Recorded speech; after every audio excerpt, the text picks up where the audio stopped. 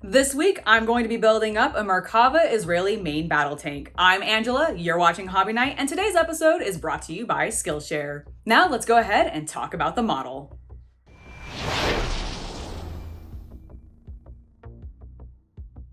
We're doing something a little bit different today because if you've been following along with my Wednesday Let's Plays, I recently started dabbling in a model builder game, which has delighted me. And when I was on a recent toy hunt to Pot of Gold Collectibles, I found this Israeli tank. And I was like, you know what? I've been playing that game. Why not pick up this tank and actually build it on the channel, because it's not something I've ever done before. I have never built a scale model like this, with the exception of some Gundams, which frankly, I wouldn't really quite compare. That's a little bit different. So I wanted to go ahead and spend a little bit of time today actually building this tank up, seeing what it's like, and I'm going to eventually end up using it as part of my Imperial Guard army list. I haven't fully decided what tank I'm going to be substituting as. Melkador! That is the one that we're leaning towards, but I still want to look at a few other ones and make sure that's really the one I want to go with, but that's what I am probably gonna go with. So we're gonna get this tank build up, talk about the process, because I imagine it's gonna be a little bit different than what I'm used to, since most of what I've ever built has been Games Workshop products, and this is a totally different beast. So let's jump into it.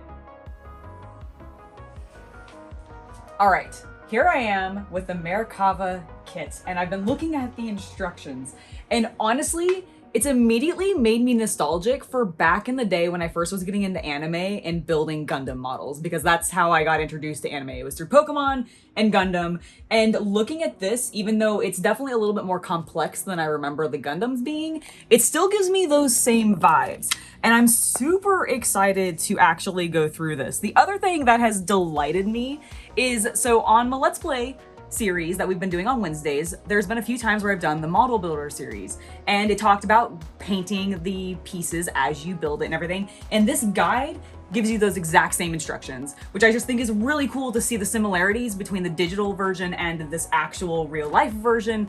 So I'm super pumped for this. Let's go ahead and actually get to building, and then we'll come back and see how I'm feeling about it then.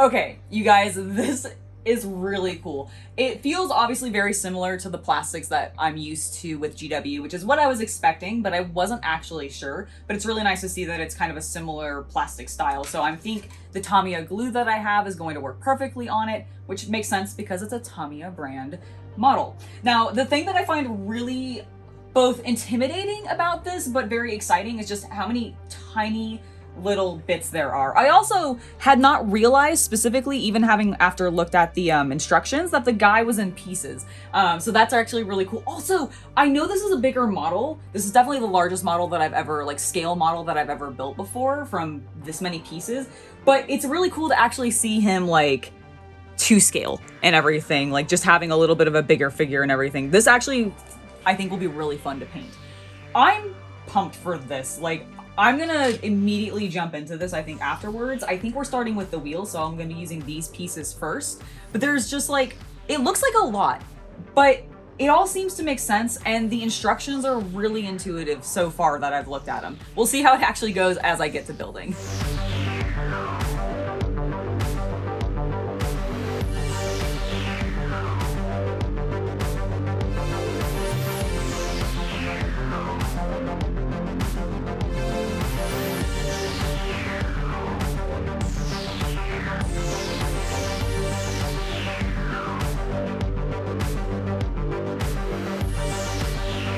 This week's hobby tutorial is brought to you by today's sponsor, Skillshare. Skillshare is an online learning community with thousands of online classes and members across 150 countries who come together to find inspiration and take the next step in their creative journey. You may know Skillshare as a great place for maker tutorials and workshops, but did you also know it's an amazing resource for improving one's soft skills? For example, when I was starting out with YouTube, my greatest struggle was speaking to camera, until I discovered Jazz's how to talk and present to camera like a pro. I already enjoyed his YouTube content, and being able to learn directly from him at my own pace on Skillshare with his classes was incredible. And now, Skillshare is even more accessible than ever, with their entire catalog now featuring subtitles in Spanish, French, Portuguese, and German. So there's never been a better time to support me and join Skillshare today. The first 1,000 people to use the link below will get 1 month of free courses on Skillshare. And I just wanted to thank Skillshare for sponsoring today's video. Now, let's get back to the build. As you can see, I have clipped out all the pieces for the wheels and I've organized them into a couple of different bowls just to make the process easier. I've also spent a little bit of time already cleaning them up using both my files as well as my mold line remover tool that I have from Citadel. I wanted to make sure that these pieces were especially clean and tidy because it's a little bit of an older kit from 1984, and I am mildly concerned about a little bit of warping in the plastic, although so far things seem to be fine. But I figured being a little bit extra tidy is not a big deal. Now that we have everything clipped out and cleaned up, I can go ahead and start moving on to the assembly process. And for that, I'm going to be using Tamiya extra thin cement. Tamiya is also the brand that made this model as well as this glue, and I think it's gonna be perfect because this particular cement actually has a brush tip applicator, which I absolutely love. It gives me tons and tons of control. I've talked about this in previous videos before, but I think it's gonna be perfect for this particular kit because the instructions specifically call out being careful not to overload the model with too much excess glue, because there are some pieces, like on these wheels that I'm going to be working on first, that should not have glue actually on them. So I'm hoping having this brush applicator will give me the precise control that I want. I'm pumped for this. I have been wanting to build this model for a while, ever since I got it. So now that I finally have the pieces cut out and cleaned, let's build it.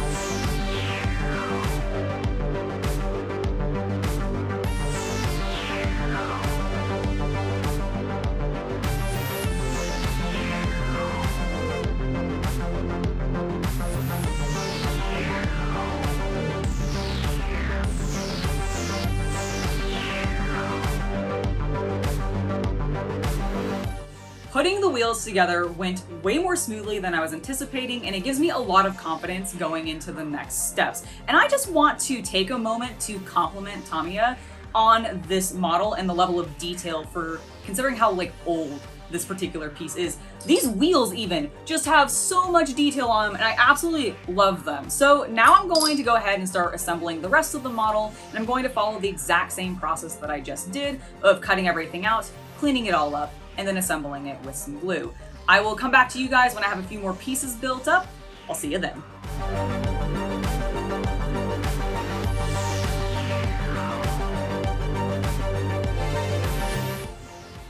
Yeah! Okay, so I just put on the first of the wheels, and I'm at the point where those little rubber things that we put in earlier are coming into play, because now I've just pushed them onto these little sprockets, and look, it rolls. It actually rolls. Oh my god, it's gonna be so cool. I imagine this means that when I actually put the treads on, that it'll actually move it, which I think I kind of knew but wasn't actually expecting. So my mind is blown. I'm so pleased with this. I'm gonna get the rest of the wheels on and then actually start getting it attached together and continue on the instructions. But holy cow, I'm just so tickled by how these wheels work.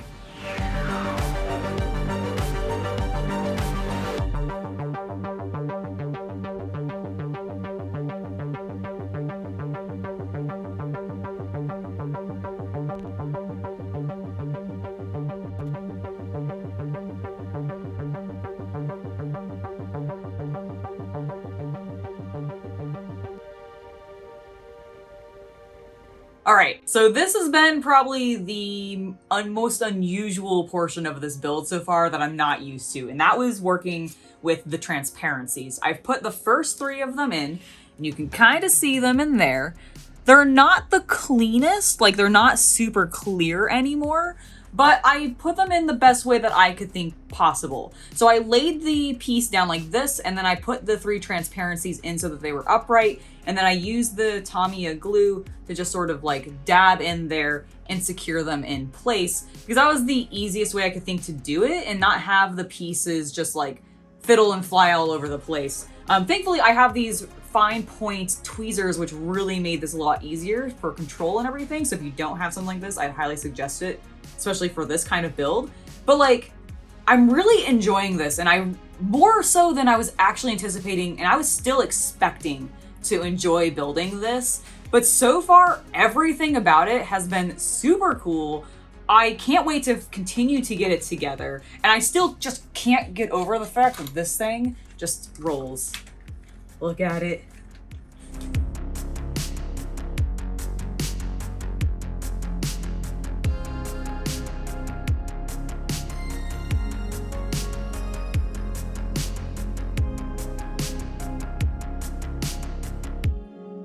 I need to go ahead and trim down some of this mesh material that they provided for me and actually get it so that I can glue it into this little piece here, because I was looking and that's where I'm at on my steps. And at first I was a little bit confused because I've never actually done this kind of thing where I'm using like multiple different materials in a piece, and the plastic bits were a little bit more straightforward. The mesh is slightly more confusing to me. However, I was looking further on in the instructions, and I noticed that really the only place you see it is like right there. And I think it's underneath things mostly. So what I'm going to do is I'm going to cut it a little bit more to the shape of this piece than what the drawing is showing me. Using just an X-Acto blade. And you can see I've kind of got the piece where it's going to go over top. And I'm just going to trim out a small amount of it.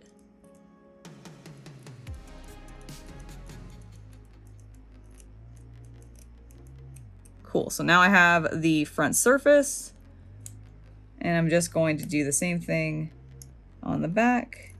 Careful with your finger. Absolutely. Kind of get a line going, and I'm actually going to cut the rest of it, because now I have a little bit of a groove, so I can see where I was, and I can just follow that, cut it out by hand without having to worry about it. It can be a little bit safer, and then get it attached and glued down.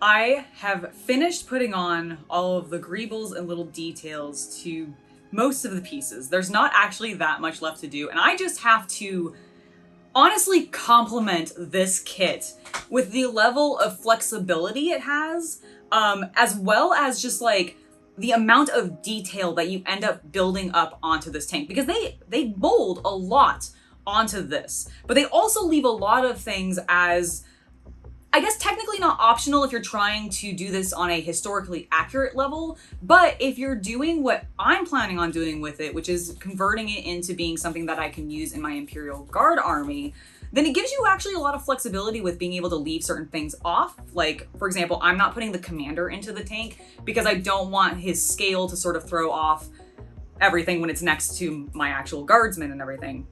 So I left him off, closed the lids, don't have to worry about that. There's a lot of these bits that if I wanted to, I could either remove or clip off or adjust to basically make it work more with how I want to deal with it, which I actually think is really, really rad and a very interesting contrast to the almost inflexibility sometimes of Games Workshop models. Like, it was just something that I was thinking about as I was building this particular piece, and it's not something I had ever really considered before, but like, Games Workshop kind of encourages often people to do what you want, be creative, kit bash some things. And some of their kits do have some flexibility towards that, but there's a lot that the community just like sits there and goes, nah, we don't like this. Whereas this is meant to be very historically accurate, but it actually gives you a ton of flexibility to do whatever you want with it. And I just think that's a really weird juxtaposition and very, very cool. And I'm absolutely loving how this has come together. There's a lot of little detail work with like tweezers and everything, which I've never quite experienced before, but there was a weird, like, just vibe and energy that I got into where I really just started really getting into it, moving the pieces to where they needed to be, slightly fiddling with them until I felt like they were right. And there was just, it was really calming. And so just this whole build has been fantastic, but we're not quite done. There's still a little bit that we need to do before we can actually put the final thing together and get the last bits of the model actually clipped out and on there. And that is mainly dealing with the treads. Now, this is interesting, and I've never actually dealt with like rubber materials before in a model, but they're gonna wrap around the actual wheels of the piece, and we need to melt the pins down so that they hold together. And these are actually slightly flexible. So I've discovered that I can put them and assemble them without them actually being on the model, so I don't risk like melting any of the plastic, and then just stretch them around the wheels. And how I'm going to do that is I'm going to assemble them, put the pins all in where they need to go, and then I'm going to heat up a pair of pliers, just one side of it, and I'm going to use those pliers to press down the pins and melt them so that I get a secure fit. Then once I'm done with that on both of them, I'll stretch them around, and then I can actually work on dealing with the last bit of assembly, and then we can finally look at the final piece. So I'm gonna do that, and then we'll move on.